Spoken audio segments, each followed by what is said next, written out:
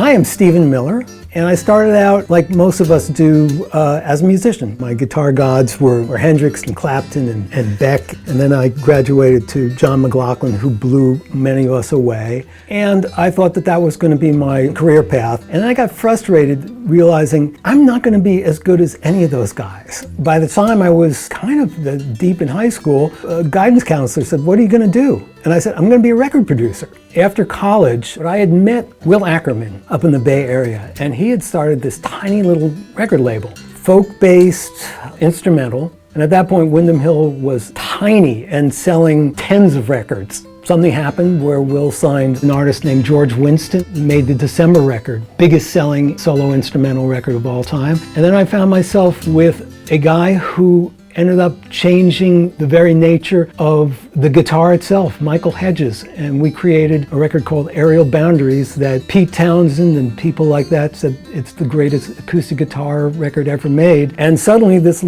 tiny little label turned into a real big thing. And it really gave me the opportunity to try different things and come up with a sound that I heard in my head for solo instrumentals that hadn't been done. That was how I became known internationally. From there, made a relationship with Steve Jobs. They were at the cusp of having these new products, the Lisa, the 2E, and this thing, the Macintosh. Steve really, really wanted Windham Hill and the Windham Hill aesthetic to be part of what these products were going to be. I ended up working with Steve, writing and producing the music that is associated with all those products, and then talking about what the future was going to hold for sound in computers, because that was something brand new. From there, I ran into my old friend Alan Sides. We ended up making product called Ocean Way Drums, a drum library, and it became the de facto best sounding drum library and virtual instrument there was. I worked on the Manhattan Transfer, Dave Matthews, Suzanne Vega, Bobby McFerrin, Paula Cole, Toad the Wet Sprocket, Pink,